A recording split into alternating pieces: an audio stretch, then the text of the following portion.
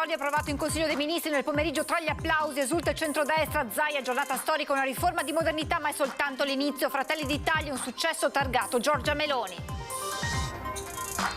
Attacco frontale del Partito Democratico alla bozza Calderoli per Stefano Bonaccini è sbagliata, faremo ridere il mondo, pronti a mobilitarci contro questo disegno di legge, contraria anche la CGIL, va contro l'Italia.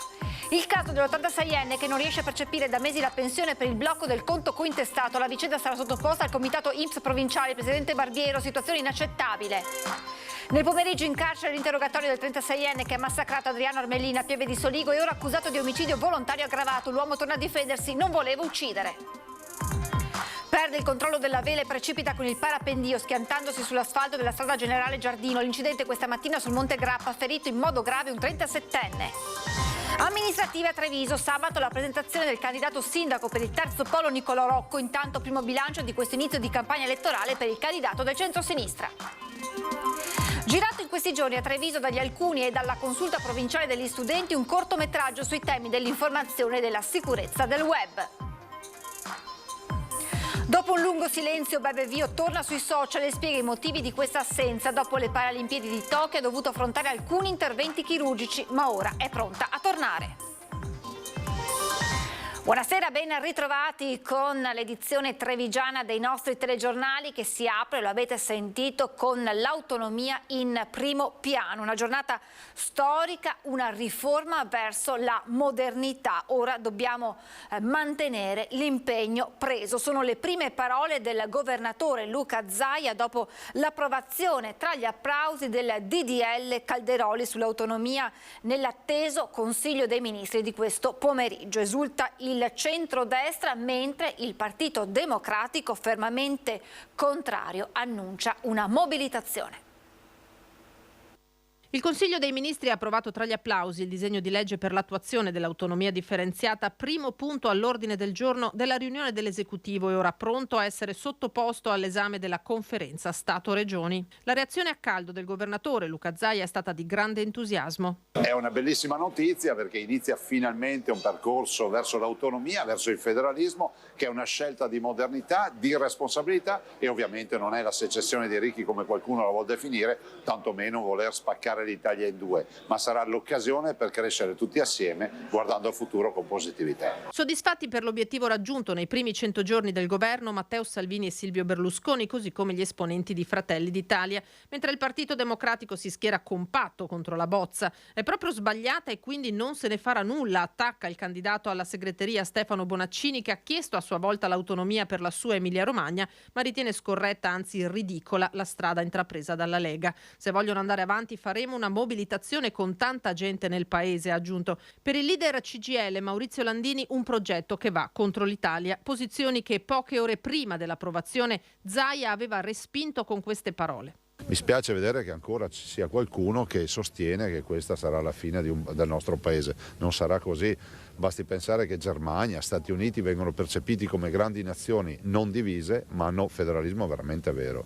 10 articoli, l'ottavo il più contestato dal centrosinistra, quello che specifica che dall'applicazione della presente legge e di ciascuna intesa non derivano nuovi o maggiori oneri a carico della finanza pubblica. L'impressione che, vista la confusione che c'è in questo governo, non siano d'accordo nemmeno all'interno della maggioranza su questo testo e che per il momento venga mandato avanti perché ci sono le elezioni in Lombardia. Noi abbiamo una posizione molto critica nei confronti del disegno di legge, della proposta, della bozza di Calderoli.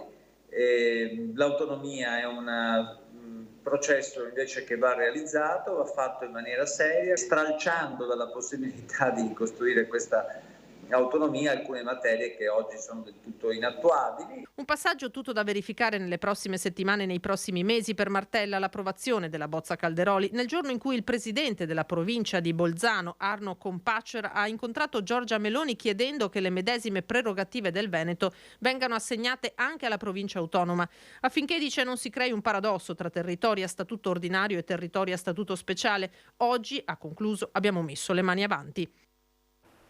Tra le prime reazioni anche quella del senatore di Fratelli d'Italia, Luca De Carlo, coordinatore regionale veneto del partito. È senza ombra di dubbio un passo importante all'interno di un percorso in cui abbiamo sempre creduto, anche quando altri ci accusavano del contrario. È inconfutabilmente un risultato targato Giorgia Meloni. I cittadini alle ultime elezioni, continua De Carlo, hanno scelto la concretezza e la coerenza di Fratelli d'Italia premiandoci con la loro fiducia. In Veneto un cittadino su 3 ha creduto in noi e questo ci onora e la loro fiducia va ripagata.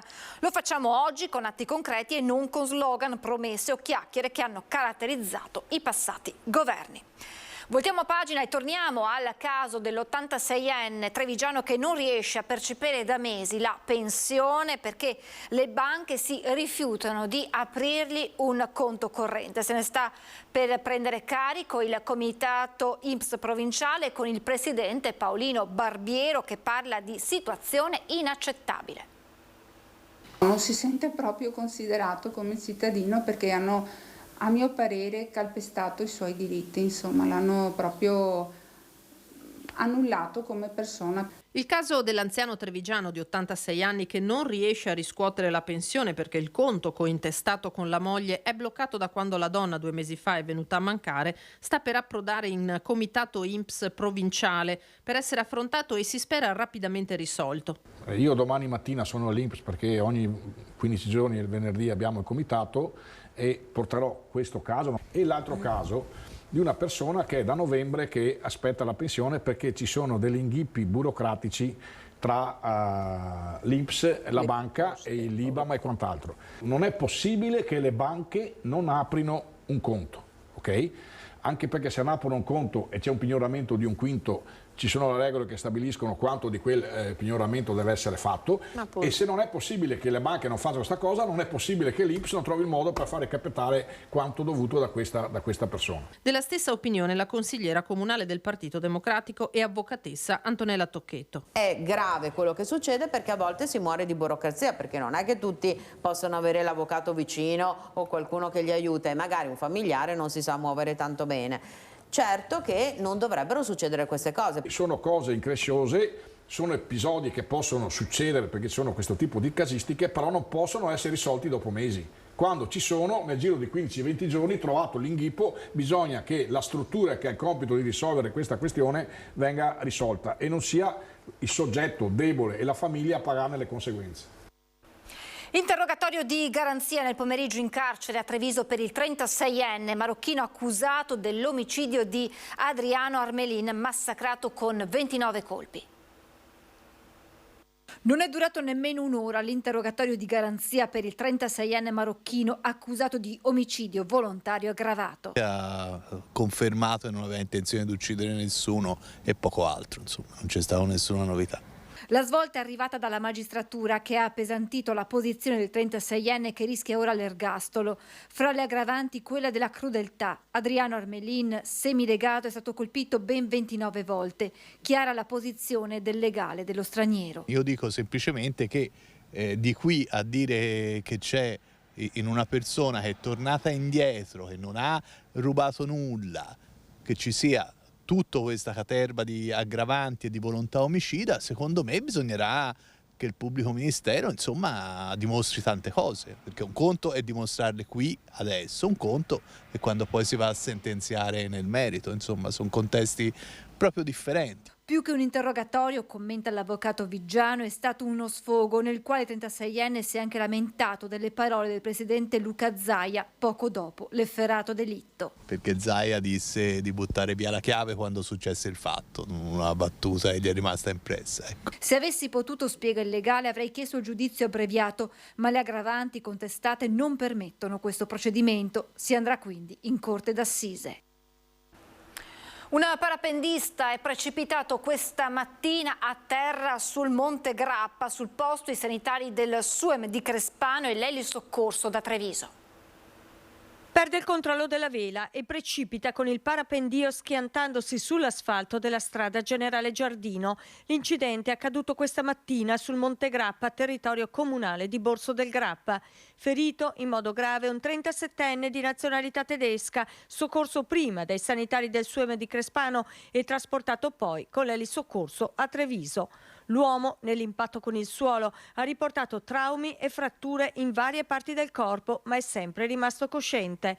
Vista però la gravità della situazione, il medico del SUEM ha chiesto subito l'intervento dell'elicottero, disponendo l'immediato trasferimento del parapendista all'ospedale Cafoncello. Quella del suicidio giovanile è ormai un'emergenza anche nella Marche. A Spresiano la tragedia di Francesca Tagliapietra, giovane ballerina con il sogno di diventare étoile, continua a sconvolgere l'intera comunità. Suicidio e adolescenza, due strade concettualmente lontane che mai come in questo periodo viaggiano sullo stesso tracciato. Depressione, isolamento, ansia sociale, elementi pericolosi che raccontano il dramma di una nuova generazione. Purtroppo l'emergenza è da alcuni anni che noi l'avvertiamo come operatori scolastici ma anche operatori sanitari e devo dire è stato fatto anche un lavoro di rete in questi anni, soprattutto post pandemia, perché i disagi credo che insomma nel periodo adolescenziale siano tipici della persona che è in crescita e che quindi deve anche strutturarsi. Una vera e propria pandemia nella pandemia, considerando che il suicidio è la seconda causa di morte tra i giovani in tutta Europa. Numeri drammatici, esplosi soprattutto dopo l'emergenza Covid, didattica a distanza e isolamento. Una pandemia che per 2 anni ha reso debole la rete collettiva, a volte annullandola. E mai come in questo momento per i giovani la scuola può diventare un vero e proprio salvagente sociale. Questi ragazzi hanno vissuto invece 2 anni con la paura di contrarre una malattia, di portare malattie a casa, la paura dell'altro. Quindi sicuramente la scuola è penso una dei luoghi dove i nostri giovani possono crescere e formarsi una personalità migliore. Giovani che tentano o si tolgono la vita, un'emergenza sociale che riguarda anche la Marca, come ci racconta la cronaca dell'ultimo periodo. A Spresiano la tragedia di Francesca Tagliapietra, giovane ballerina con il sogno di diventare étoile, continua a sconvolgere l'intera comunità. All'interno della grande offerta che la nostra provincia ci offre di servizi c'è bisogno di attivare un dialogo con le famiglie innanzitutto, le prime che possono accorgersi di gesti che rivelano il disagio e con loro sedersi e trovare delle soluzioni. E a proposito di giovani, girato in questi giorni a Treviso un cortometraggio sui temi dell'informazione e della sicurezza del web, realizzato dalla Consulta Provinciale degli Studenti e dal gruppo Alcuni, corto che sarà presentato il prossimo 7 febbraio anche a Roma alla Camera dei Deputati. Chuck si gira e questa volta protagonisti saranno i giovani trevigiani della Consulta Provinciale degli Studenti, ideatori e attori di La Bolla, cortometraggio girato tra le vie e piazze di Treviso per la regia di Sergio e Francesco Manfio. Tutta la Consulta Provinciale di Treviso che ha lavorato al progetto, per cui ha l'idea complessiva. Poi però abbiamo, non noi, loro hanno selezionato un gruppo di ragazzi che ha scritto la storia, il soggetto, la sceneggiatura, anche questa è una cosa estremamente importante, e poi loro stessi sono, come sta succedendo in questi giorni, i protagonisti, cioè gli interpreti di questa storia. Una storia che racconta le profonde implicazioni del cosiddetto filter bubble, ovvero la bolla di filtraggio, fenomeno web frutto del sistema di personalizzazione dei risultati di ricerca online. I ragazzi pensano, in realtà hanno ragione, che tutti noi ormai viviamo nelle bolle in cui riceviamo notizie solo delle cose che aspettiamo e solo delle cose che ci piacciono. Se a me piace quella cosa là, vedo solo quello, se mi piace quest'altro, solo questo. E questo è un grandissimo limite. Che cosa fanno i ragazzi? Fanno finta di inventare un'app che faccia cancellare questa bolla. Ed è così che giovani trevigiani a colpi di Chuck bucano la bolla di internet, un'idea possibile grazie alla collaborazione e sinergia di più parti, tra cui l'amministrazione comunale nell'ambito del progetto dalla Carta al Patto di Treviso. Rientra nel grande percorso che stiamo facendo con Telefono Azzurro, gli Alcuni, l'azienda sanitaria, l'autorità garante, il Corecom e così via, per portare i valori della Carta di Treviso ad un patto e quindi spostarli da quelle che sono le responsabilità dell'ordine dei giornalisti e portarli a tutta la comunità, in modo particolare ai ragazzi che oggi non sono solo fruitori di comunicazione ma sono distributori e produttori di comunicazione. E saranno loro, i giovani partecipanti al progetto, a presentare a Roma il prossimo 7 febbraio il cortometraggio alla Camera dei Deputati. Andranno altri 2 ragazzi che porteranno al governo questo progetto e siamo molto contenti che abbiamo la possibilità di dimostrare agli altri la nostra idea e il nostro film. E continuiamo a parlare dei più giovani perché sono stati presentati oggi i dati dell'indagine Occhio alla Salute. Nel 2022 i bambini delle classi terze delle medie trevigiane hanno guardato meno TV e videogiochi rispetto all'anno precedente, ma resta ancora insufficiente il numero di ore di sonno e poi c'è il problema legato all'alimentazione. Meno TV e meno videogiochi. È quanto emerge da Occhio alla Salute, l'indagine illustrata dall'ULSS 2 sugli stili di vita degli alunni delle classi terze della scuola primaria trevigiana. Rispetto allo scorso anno, la percentuale di bambini che ha passato più di 2 ore al giorno davanti a TV o videogiochi è scesa dal 73 al 50% durante il weekend, mentre è salita di poco durante i giorni di scuola. Bisogna intervenire su certi parametri. Sì, bisogna intervenire subito, quindi creando un'educazione che parte dalla famiglia, quindi intercettando la famiglia tramite la scuola e poi creando quelle occasioni che sono di sport, di stare insieme, per evitare appunto che il bambino si racchiuda all'interno del proprio domicilio o con amici davanti a un computer, davanti a una televisione, che è la prima strada per fare poca attività e fare poco movimento. Sono aumentati anche i bambini che svolgono attività fisica per un tempo adeguato e solo 1 su 4 va a scuola a piedi o in bici. È diminuita anche la percentuale dei piccoli che mangiano troppi dolci, snack salati o bevande zuccherate, ma i valori rimangono ancora alti. I bambini obesi restano attorno al 5%, diminuiscono un po' quelli in sovrappeso. Dettaglio più alto nelle famiglie in difficoltà economica con genitori con titolo di studio più basso o con genitori a loro volta in sovrappeso o obesi. A questo si aggiunge il dato crescente dei bambini sottopeso. Credo che sia corretto alimentarsi bene per avere poi una società, una comunità che ha aspettative di vita molto più lunghe. Oggi siamo già, come dire, in una situazione difficile legata al fatto che i genitori devono correre, devono lavorare, eccetera. Spazi per fare socialità sono pochi, per cui il fatto stesso di partire dall'alimentazione per poter vivere meglio credo sia fondamentale. Dato rilevante è quello dei bambini che dormono meno di 9 ore, è aumentato dal 7 al 38%. A dormire meno sono quelli che hanno la TV in camera.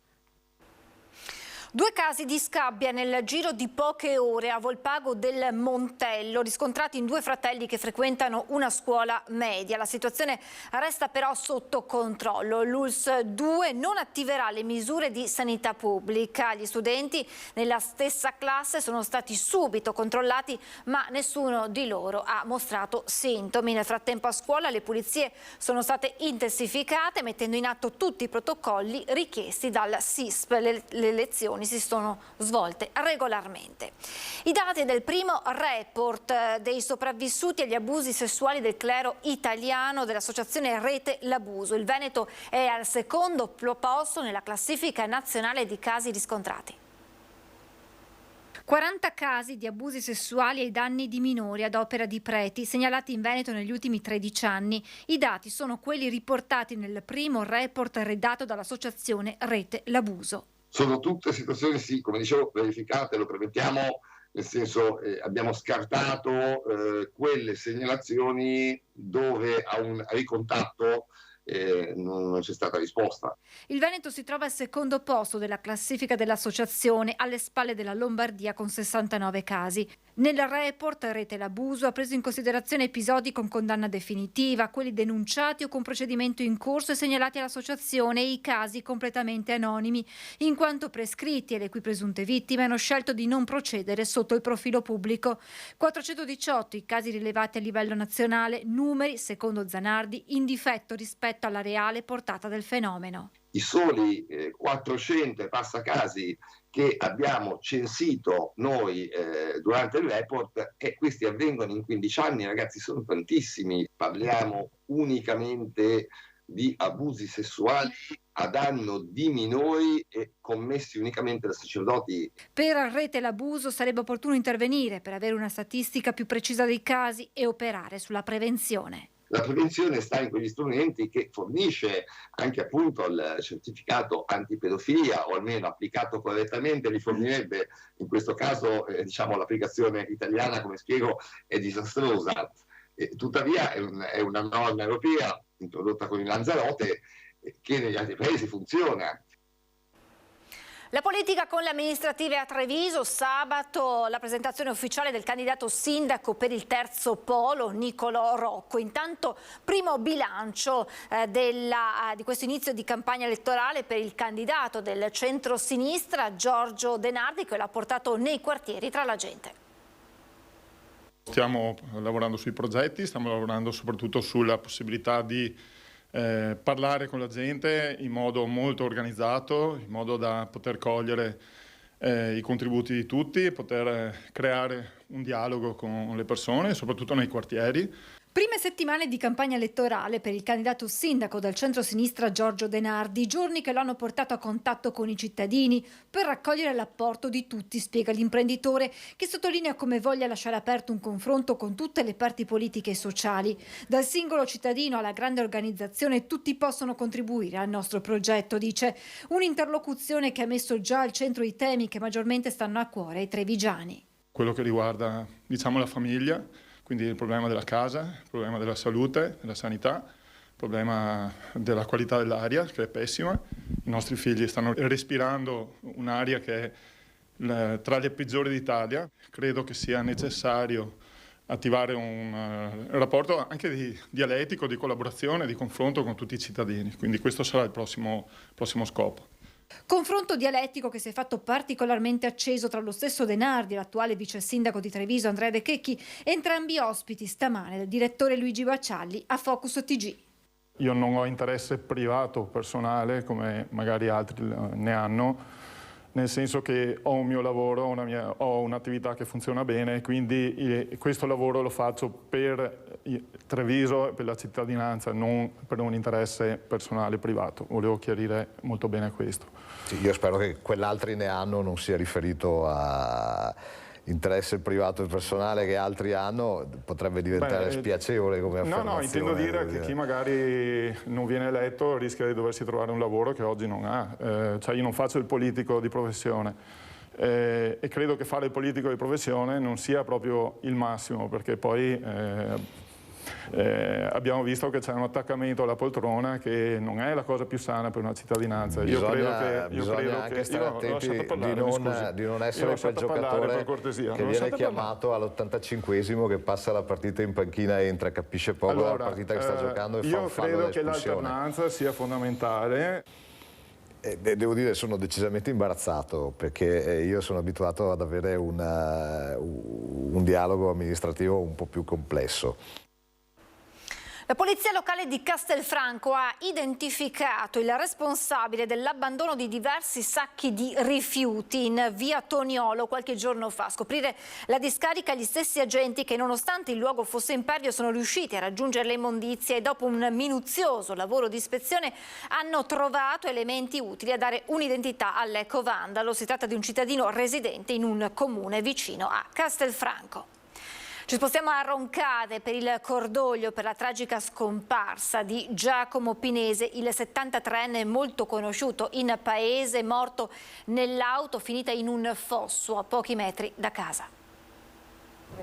Fra i primi ad arrivare sul luogo della tragedia, la sindaca di Roncade Pierana Zottarelli. Giacomo Pinese, 73 anni, è uscito di strada finendo prima dentro un fosso e poi contro un ponticello in cemento all'ingresso di una tenuta. L'incidente è avvenuto in via Carboncine a Biancade, a pochi passi da casa. Una persona molto conosciuta, ci spiega il primo cittadino. Sì, era molto conosciuta perché era un lavoratore, aveva un'azienda che poi ha passato al figlio, un'impresa edile che era appunto nota ai nostri concittadini e non solo, ed era anche una persona molto stimata anche per il particolare attaccamento alla famiglia e alla cura che ha dato sia ai suoi figli che alla moglie. Sul posto sono intervenuti i vigili del fuoco, gli operatori del SUEM 118, ma per l'uomo purtroppo non c'era nulla da fare. Si tratta di una fuoriuscita autonoma provocata probabilmente da un malore del 73enne. La Marca rimane assieme a Verona la provincia maglia nera per vittime della strada nel 2022 e quest'anno non è iniziato meglio, ci spiega il sindaco che lancia un appello. L'appello è sempre di andare piano ovunque e di stare molto attenti e concentrati alla guida, perché basta poco. Basta un attimo. Basta una frazione di secondo e la vita può finire. È il momento di fermarci per qualche istante di pubblicità, tra poco.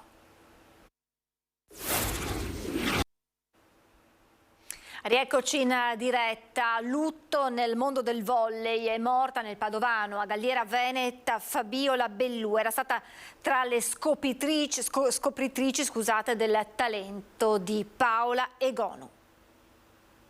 Era stata la prima allenatrice di Paola Egonu, era stata lei a scommettere per prima sulle sue doti di pallavolista. Fabiola Bellù, 61enne, allenatrice di volley, è morta improvvisamente ieri nella sua casa di Galliera Veneta.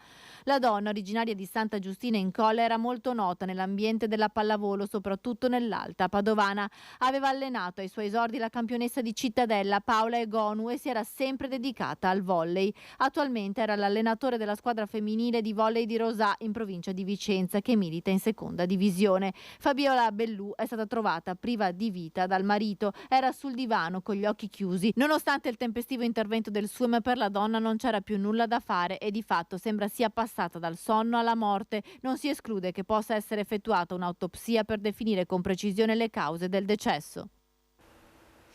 Dopo un lungo silenzio, Bebe Vio torna sui social e spiega i motivi di questa assenza. Dopo le Paralimpiadi di Tokyo ha dovuto affrontare alcuni interventi chirurgici, ma ora è pronta a gareggiare perché alle Paralimpiadi di Parigi 2024 vuole essere in pedana a difendere il suo titolo. Con la consueta carica di energia, la campionessa di scherma paralimpica moglianese Beatrice Bebe Vio rompe il silenzio e spiega il perché di questa lunga assenza. Il doppio Tokyo è stato pesante, ha affrontato e superato anche alcuni interventi chirurgici.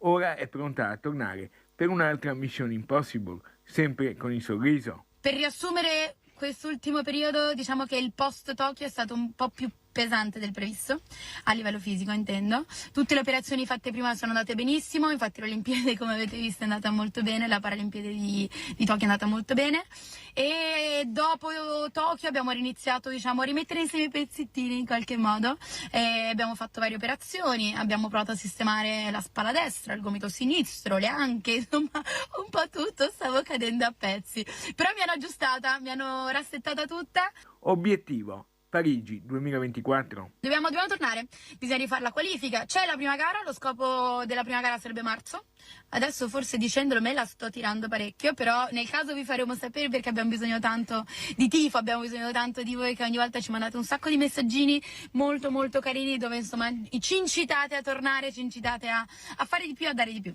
Non solo scherma, anche studio. Ecco allora un altro annuncio. Ho iniziato anche la mia ultima sessione di esami.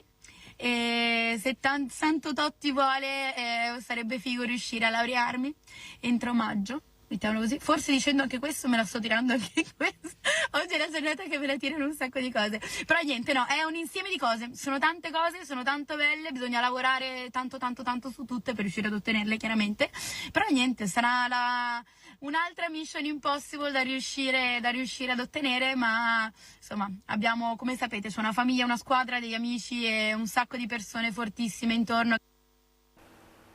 Oggi 2 febbraio nelle nostre comunità si è rinnovato il rito della Candelora, candele benedette in campagna per salvare il raccolto dal maltempo, ma anche da incrociare in chiesa nel giorno dedicato a San Biagio per preservarsi dai mali del corpo e dell'anima.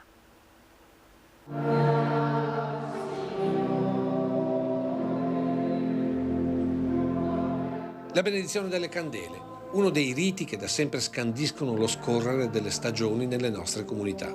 La Candelora, conversione cristiana degli antichi lupercali romani e dei riti del ritorno del sole nati con l'umanità. È l'annuncio della nuova stagione. Verrà la nuova stagione, verrà la stagione ancora del lavoro, del raccolto, e la natura comincia a svegliarsi, le prime gemme, i primi fiori, quelli che non temono il freddo e quant'altro. Candele benedette che col ramoscello d'ulivo delle palme non mancavano mai nelle nostre case contadine, pronti ad essere accesi per allontanare fulgure e tempestate dai raccolti, come viene ancora recitato nelle erogazioni, che qui vediamo in un rarissimo filmato Accendo un Disilea. Un rito che è ancora molto sentito, soprattutto nei nostri territori. Certo, è sentito molto, e io credo, come la festa che vivremo anche domani qui in parrocchia, anche quella della Candelora porta con sé un segno. Abbiamo bisogno di segni, abbiamo bisogno di simboli in cui ritrovarci, tant'è vero che lì dove è stata spazzata o si vuol spazzar via la fede cristiana, l'uomo va a legarsi ad altri segni, magari anche stupidi, magari anche banali, ma ha bisogno di simboli e di segni. Segni come queste arance o questo pane che domani saranno benedetti nella chiesa di San Biagio di Callalta nel giorno del patrono. La gente viene con devozione, ma appunto non è un rito, e noi lo ripetiamo sempre, non è un rito magico, scaramantico, assolutamente no. Quella benedizione serve proprio come aiuto del Signore. Una giornata intera di celebrazione a cui seguirà domenica pomeriggio la processione lungo le vie del paese. Riti sempre più sentiti, quasi un antidoto alla materialità quotidiana. Viene il momento per ogni persona, chi prima, chi poi, in cui si scontra con la realtà che ti dice questo: non sei solo materialità, sei anche spirito. È il momento di aprire la pagina con le notizie da Belluno e provincia.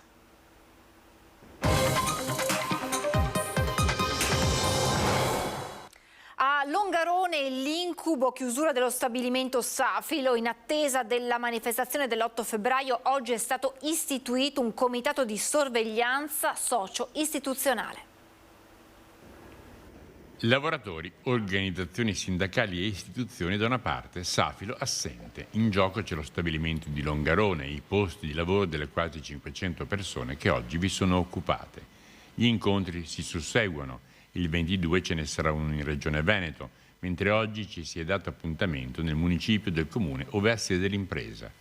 Presenti i vertici dei sindacati, 2 consiglieri regionali, una mezza dozzina di sindaci, dei quali uno è anche presidente della provincia e l'altro coordinatore veneto del principale partito di governo a Roma. Intanto la costituzione di un comitato di sorveglianza socio-istituzionale, diciamo così, sulla falsariga dell'esperienza dell'ACC, cui farà parte la Regione Veneto, il senatore De Carlo, il mondo sindacale, Confindustria, Confartigianato. Partiamo da quello che è lo strumento che la Regione utilizza e che ha avuto più efficacia anche nel percorso di risoluzione di alcune questioni durante i mesi scorsi. Intanto bisogna capire qual è il quadro, perché ad oggi l'azienda, anche se io ho parlato con l'AD, Trocchia non ha detto qual è il suo intendimento. Chiaro che bisogna essere pronti a tutto, però insomma ci sono 2 questioni. La prima, che un'azienda storica come la Safilo, detto dal sindaco di Calalzo, è inammissibile che possa cambiare location rispetto a Longarone, questo mi pare evidente per tutti. E secondo c'è il profilo occupazionale. Oggi la crisi di Longarone, e per quanto la proprietà lo escluda, già ci si preoccupa per gli impianti di Padova e Santa Maria di Sala. Forse anche per questo la veneziana Luana Zanella, portavoce della Federazione dei Verdi, con tutti i parlamentari del gruppo Alleanza Verdi Sinistra, ha presentato un'interrogazione parlamentare rivolta al Ministro delle Imprese e del Made in Italy, Adolfo Urso, e al Ministro del Lavoro, Marina Elvira Calderone, in cui si chiede attenzione per la vicenda Safilo di Longarone, che, viene detto, è seguita con grande apprensione per il futuro dei lavoratori e delle lavoratrici. 3 anni alle Olimpiadi Milano-Cortina 2026, già conto alla rovescia. Oggi a Palazzo Chigi è stata costituita la cabina di regia che si è impegnata a fare il punto sistematico sulle problematiche relative allo stato di avanzamento dei lavori, opere pubbliche e infrastrutture sportive, e a verificare le possibili normative finalizzate all'accelerazione degli stessi. Il prossimo appuntamento è per il 27 febbraio per un nuovo incontro congiunto con il tavolo dei territori. Intanto si lavora a ritmo sostenuto per le infrastrutture stradali che comunque non potranno essere concluse tutte entro il 2026, e per gli impianti sportivi pista da bob comprese, i cui lavori saranno presto a bando. L'attesa olimpica si vive con entusiasmo anche nel capoluogo. Io spero che il Belluno emerga, che tutti la conoscano, perché sono tantissimi che non conoscono Belluno. L'attesa per le Olimpiadi Milano-Cortina 2026 suscita entusiasmo anche a Belluno, città e provincia che sperano di poter beneficiare del richiamo che solo un evento di portata mondiale può garantire anche dal punto di vista della mobilità. Sono tutti lavori che sviluppano il territorio, queste robe qua, e quindi ci sta avanti col progresso, perché sennò siamo sempre indietro qua, e si faranno anche l'autostrada magari. È anche un pezzo che ci si aspetta una viabilità decente per poter arrivare ad accedere a queste grandi manifestazioni. Senz'altro è un fiore all'occhiello per Belluno, che comunque Cortina lo ha da anni. Ma la preoccupazione è proprio quella, il potersi arrivare, dunque il classico caos che c'è ogni fine settimana. Una bella occasione per la provincia di Belluno, anche se comunque mancano tante infrastrutture come città di capoluogo, mancherebbero tanti alberghi, se arriva tanta gente sicuramente non so se Cortina riesce a ospitare tutta questa gente. Insomma, una viabilità all'altezza e qualche albergo in più per rendere davvero ospitale la provincia intera che guarda a Cortina pronta a rivivere i fasti del 56. Finalmente Cortina fa qualcosa, speriamo che riacquisti il prestigio che aveva negli anni scorsi. Del 56 che non eravamo più abituati a avere tanta gente qui da noi, è una bella cosa, penso. Sicuramente una grande opportunità per il luogo, per il posto. Cortina è magnifica, è la perla delle Dolomiti, è stupendo insomma. Qualche perplessità sulla pista da bob, soprattutto sui costi esorbitanti per la realizzazione del nuovo sliding center e più in generale sul posto Olimpiadi. Cerco proprio di essere onesto, secondo me non è che porti più, sì, ti porterà tanto lavoro in quel momento lì, però dopo tutto sparirà. Si è insediata oggi ed è già operativa la nuova commissione pari opportunità del comune di Feltre. Oltre alla sindaca Fusaro e al consigliere anziano Perenzin, che ne fanno parte di diritto, sono stati indicati 4 consiglieri, 2 per la maggioranza e 2 per la minoranza, e altri 3 componenti nominati dalla prima cittadina. Presidente della commissione è Velleda Brinzato, che intraprende il nuovo cammino con entusiasmo nell'ottica di garantire piene e pari opportunità in ogni ambito e settore, cercando di tutelare e favorire l'inclusione delle persone fragili e svantaggiate.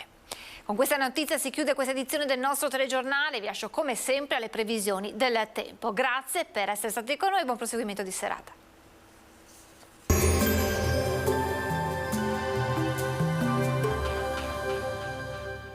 Entra nel mondo Lolato. Da oltre 40 anni un team di professionisti per migliorare la qualità della tua vita. Centro del piede con servizi di podologia. Laboratorio per la produzione di plantari e calzature su misura. Bentrovati al meteo. L'anticiclone delle Azzorre domina il paese. Tempo stabile dunque su tutto il nostro territorio. Il dettaglio di venerdì 3 febbraio. Sul Veneto tanto sole, frequenti nebbie in pianura, poi in dissolvimento di mattina e in nuova formazione la sera. Alternanza di nuvole e rasserenamenti senza precipitazioni altrove. Sui monti sarà piuttosto ventoso, specie in quota. Temperature con andamento irregolare, minime tra -2 e 2 gradi, massime invece tra i 7 e i 9 gradi all'incirca. Spostiamoci ora sul Friuli Venezia Giulia, dove anche in questo caso saranno possibili locali foschie mattutine sulle zone pianeggianti e costiere. Cielo poco nuvoloso altrove. Sulle Alpi frequenti addensamenti e sarà possibile del nevischio. Inoltre in quota soffierà vento da nord-ovest moderato. Temperature minime intorno a -1-2 gradi, massime sui 9-11 gradi. Infine diamo uno sguardo al Trentino Alto Adige, dove sarà soleggiato, come ci mostra la nostra grafica, con cielo limpido o al massimo poco nuvoloso. Temperature minime tra 1 e 3 gradi, massime sugli 11 all'incirca. Dal meteo di Antenna 3 per ora è tutto, grazie per l'attenzione, arrivederci.